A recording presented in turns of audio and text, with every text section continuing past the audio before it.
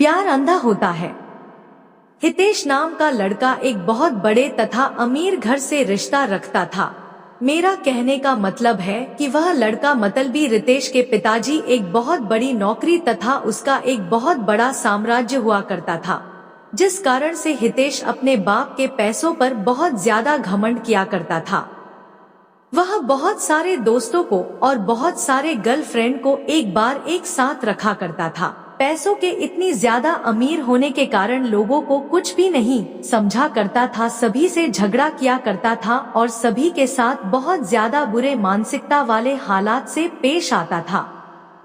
यही कारण है कि हितेश का कोई बेस्ट फ्रेंड नहीं था। वह जितने भी फ्रेंड के साथ रहता था, जितने भी दोस्त के साथ रहता था, वह सिर्फ उसके साथ उसके पैसों पर मौज मस्ती करने के लिए रहता था।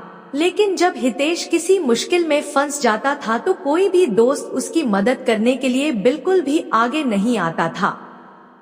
हितेश बहुत ज्यादा अपने फ्रेंड तथा दोस्तों के साथ टूर करने के लिए बाहर देश है जाया करता था, क्योंकि उनके पिताजी के पास इतनी ज्यादा दौलत थी कि कितना भी हितेश का उस दौलत में से पैसा उड़ा दे उसका कम नहीं होने वाला था।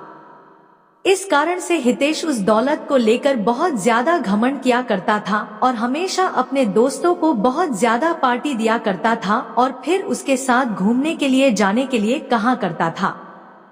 हितेश को लड़की की लत लग गई थी। वह लड़कियों के साथ बहुत ज्यादा है समझ किया करता था।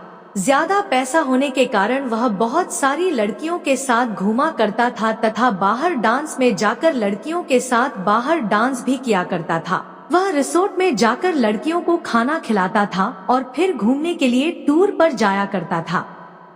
एक दिन जब हुआ किसी कारण से अपनी छत पर टहल रहा था तो उसके घर के सामने एक छत पर एक कहां से और बहुत ज्यादा खूबसूरत लड़की टाइल रही थी।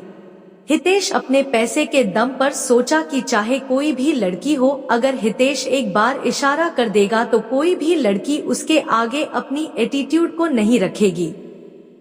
लेकिन वह एक अच्छे परिवार से बिलोंग करती थी। वह लड़की ऐसी वैसी लड़की नहीं थी जो किसी की पैसों को देखकर उनके साथ चला जाए। उस लड़की को हंसाने के लिए हितेश बहुत तरह से उसको लालच देने का प्रयास करता था, लेकिन वह लड़की ऐसी वैसी लड़की बिल्कुल भी नहीं थी कि किसी की बातों में आ जाए। हितेश चाहे जितने लोगों को, जितनी लड़कियों को उसके पास भेजता था बोलने के लिए, लेकिन वह लड़की बिल्कुल भी बात मानने के लिए तैयार नहीं थी।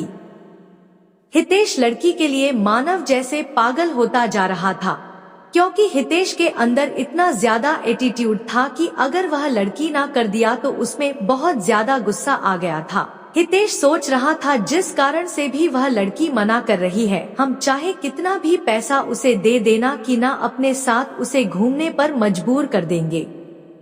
एक भी नहीं पैसे किसी लड़की फ्रेंड को उसके घर भेजने के लिए कहती है, लेकर जाओ उस लड़की को बोलो कि जितना पैसा लेना है, जितना खाना है, जितना घूमना है मेरे से ले लो, लेकिन मेरे साथ घूमने के लिए तैयार हो जाओ।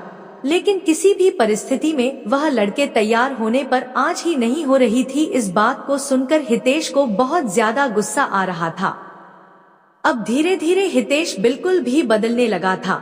हितेश को उस लड़की के अलावा कोई भी लड़की नहीं दिखती थी। जितनी भी लड़की के साथ हितेश घुमा करता था, अब वह उन लड़कियों से बिल्कुल भी दूर हो चुका था। अब वह ज्यादातर वक्त अपना घर में ही गुजारा करता था।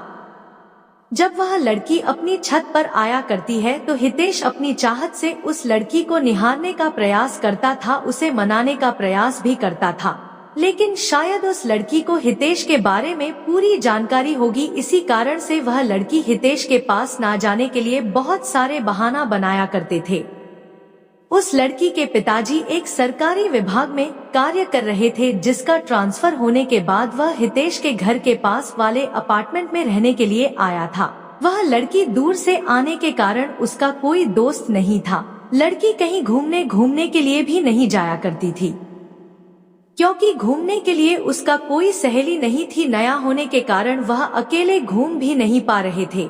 ऐसे तो वहाँ के ज्यादातर लड़कियां अच्छे स्वभाव की नहीं थी, जिस कारण से उस लड़की को कोई भी सहेली पसंद नहीं आ रही थी।